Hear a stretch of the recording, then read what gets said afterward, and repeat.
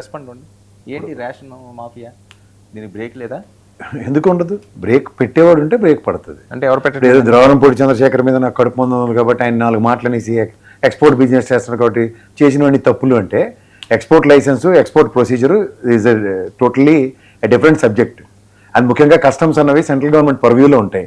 దానికి ఏ సంబంధిత వే బిల్స్, సంబంధించిన సి బిల్స్, దానికి సంబంధించిన పేపర్లు ఏవీ లేకపోతే ఎక్స్పోర్ట్కి అర్హతే ఉండదు. ఇవన్నీ తెలిసిన తర్వాత కూడా గుడి చేళ్ళు పడినట్టు ద్వారంపూడి చంద్రశేఖర్ రెడ్డికి చంద్రబాబు నాయుడు గారి మీద పడదు, లేకపోతే జగన్మోహన్ రెడ్డి గారితో ఉన్నారు కాబట్టి నాకు పవన్ కళ్యాణ్ నచ్చడు, పిఠాపురం నుంచి నేను గెలిచాను కాబట్టి, సరే ఎమ్మెల్యేని కాబట్టి, డిప్యూటీ సీఎం కాబట్టి ఏదో చేసేస్తారు, మరి రజనమ్మ చెప్పింది కాబట్టి జైల్లో పెట్టేయాలి కాబట్టి, అల్లప్పుడెప్పుడో మంగమ్మ శబదాలు చేశాను కాబట్టి ఇప్పుడు పెడతాం, లేకపోతే సివిల్ సప్లైస్ మినిస్టర్ మా దగ్గర ఉన్నాడు కాబట్టి ఏ పనైనా అయిపోద్ది అనుకుంటే అది కేవలం భ్రమ.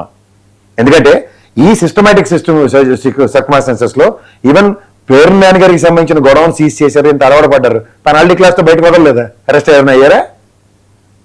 లా ఇస్ వెరీ క్లియర్ అండి. మీరు గొడవనికి సంబంధించిన యాక్ట్లు కానీ, గొడవన్ యాక్ట్ కానీ, అలాగే దీనికి సంబంధించిన లైసెన్సింగ్ యాక్ట్ కానీ ఎవరు నచ్చింది, కొలిగిపూడి గారి డాక్యుమెంట్స్ ఉన్నాయి కాబట్టి ద్వారంపూడి చంద్రశేఖర్ని జైల్లో పెట్టవచ్చు, ఇవన్నీ భ్రమలు వేరండి. ఫస్ట్ థింగ్, ఈ రేషన్ బియ్యం లోకల్ మాఫియా అన్నది నిరంతరం జరుగుతున్న దాని మీద ఈ గవర్నమెంట్లో ఇందాక వంశీ చెప్తున్నాడు కదా ఆయన ఏమని, ఈ ప్రభుత్వం వచ్చిన తర్వాత 1 to 10 స్కేల్లో ఒక 2%, 3%, 10% నిరోధించగలిగామని. ఇది కాదు కదా మాకు కావాల్సింది. శాశ్వత పరిష్కారం ఏది? ఈ పీడీ యాక్ట్ని మీరు ప్రదర్శించినట్టు, ఈ రేషన్ బియ్యం సప్లై సుగమంగా జరుగుతున్నట్టు, ఇవి ఎక్కడ ఏ సోదరులు ఎన్ని నియోజకవర్గాలు సబ్స్టాన్షియల్ ఎవిడెన్స్ వస్తూ వ్యాన్ పట్టుకున్నప్పుడు పలానోడు తాలూకా, పలానా ఎమ్మెల్యే తాలూకా, ఇలాంటివన్నీ వందల కొద్ది వీడియోలు ఉంటాయి యూట్యూబ్లో ఎతికితే. ఈ డిబేట్ సమయం దానికి కాదు కదా. ప్రభుత్వపరమైన బృహత్తర కార్యక్రమం ఏది? గతంలో చంద్రశేఖర్ అనే వ్యక్తి కాకినాడ పోర్టును బేస్ చేసుకుని అక్రమ రవాణా చేశాడు అన్న దగ్గర ఇస్తారు కల్లా ఇప్పుడు పయ్యావుల కేశవ్ గారి బ్రదరో లేకపోతే ఆయన చుట్టపోడో ఈయన కూడా అదే వ్యాపారం చేస్తున్నాడు. ఈయనైతే సత్యశీలుడు, ఆయనైతే సత్యశీలుడు కాదు. ఇది కాదు కదా మాకు కావాల్సిన ఆన్సరు. ఇవాళ ఎక్స్పోర్ట్ లైసెన్స్ని ప్రక్షాళన చేయించండి, డీజీఎఫ్టీని పిలిచి ఇన్వాల్వ్ చేయించండి.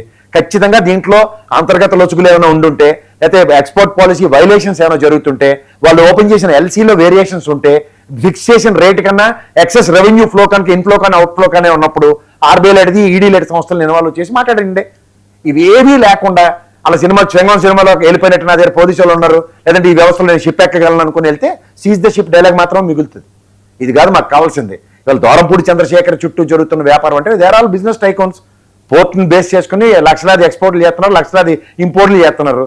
వీటిలో దొంగ ఇంపోర్ట్లు ఏవో, దొంగ కస్టమ్స్ ఏం పనులు చేస్తున్నారు అన్నది కస్టమ్స్ అధికారులు ఈ రోజు దాకా ఏదైనా తేటతలం చేస్తే మనం ఖచ్చితంగా దాని మీద డిబేట్ చేయొచ్చు. లోకల్ టెరిటరీలో ఉన్న పోలీస్ అధికారులకు కానీ, ఇంక్లూడింగ్ ఎక్సైజ్ శాఖ మంత్రికి కూడా దాని మీద డిస్కషన్స్ ఉండవు. Please verify that. Okay Vamsi.